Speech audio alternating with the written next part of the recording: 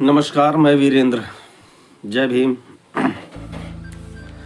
26 नवंबर 1949 को हमारे देश का संविधान बनकर तैयार हुआ, जिसे तैयार होने में 2 वर्ष 11 महीने 18 दिन लगे।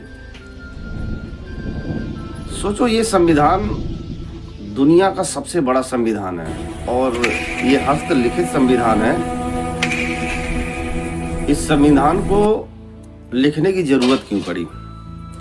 क्या इसके पहले जो अंग्रेज विधान चला रहे थे, या उसके पहले मुग़ल, उसके पहले अकबर, बादशाह, जो कुछ भी राजा महाराजा, सैकड़ों हज़ारों साल की गुलामी भरी ज़िंदगी जो थी भारत देशवासियों की, तो ऐसे संविधान की ज़रूरत क्यों पड़ी? आखिर ऐसा क्या दबाव बना? आखिर ऐसी क्या बात हुई होगी? खैर, ज़्यादा लंबे नहीं चलते हैं। 2 मिनट की बात मैं आप लोगों के साथ शेयर करना चाहता हूँ।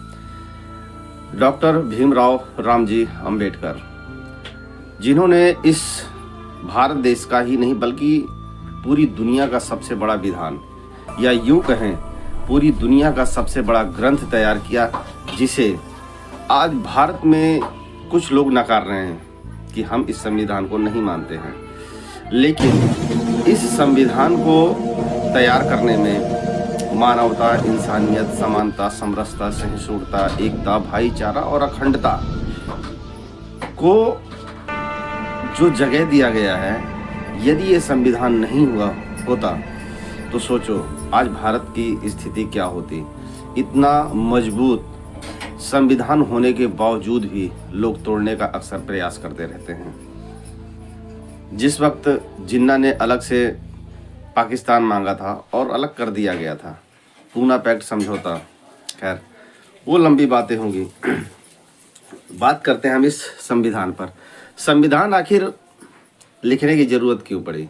क्योंकि इस देश के अंदर बहुत से ऐसे लोग थे जिन्हें इंसानों का दर्जा ही नहीं मिला था, उन्हें इंसान ही नहीं समझा जाता था। अगर उन्हें इंसान समझा जाता तो ये नौबत नहीं आती।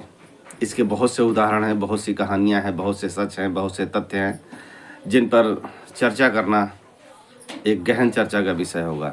लेकिन मेरे कहने का तात्पर्य सिर्फ इतना है कि 26 नवंबर 1949 को हमारे देश का संविधान बनकर तैयार हुआ, जिसे 26 जनवरी 1950 को लागू किया गया।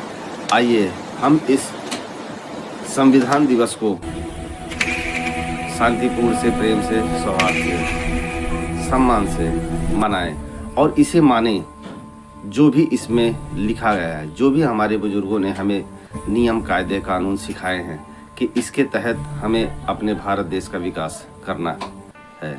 तो क्यों ना हम सब मिल करके, एक हो करके, प्रेम और भाईचारे के साथ संविधान दिवस मनाएं और देश को एक नई विचारधारा के साथ उन्नति की ओर ले चले।